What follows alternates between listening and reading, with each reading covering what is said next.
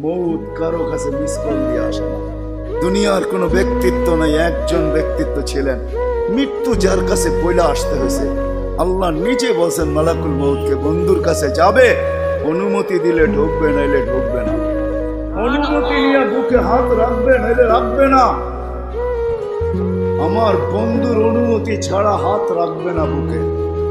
একজনই দুনিয়াতে ব্যক্তিত্ব ছিল যার কাছে অনুমতি নিয়ে আসছে, কারো কাছে আজ পর্যন্ত অনুমতি নিয়ে আসে আর আসবেও না। সত্য এটাই। এই জন্য আসেন, ওই জান্নাত, এটাই আমাদের ছোট জীবনটার উদ্দেশ্য।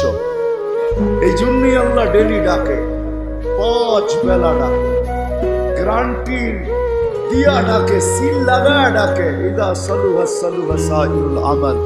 5 ওয়াক্ত নামাজ যদি উম্মত কমপ্লিট করে দেখাইতে পারে, আল্লাহ আমাদের নবীজির সাথে ওয়াদা করছেন, আমিও আপনার উম্মতের জীবনকে কমপ্লিট করে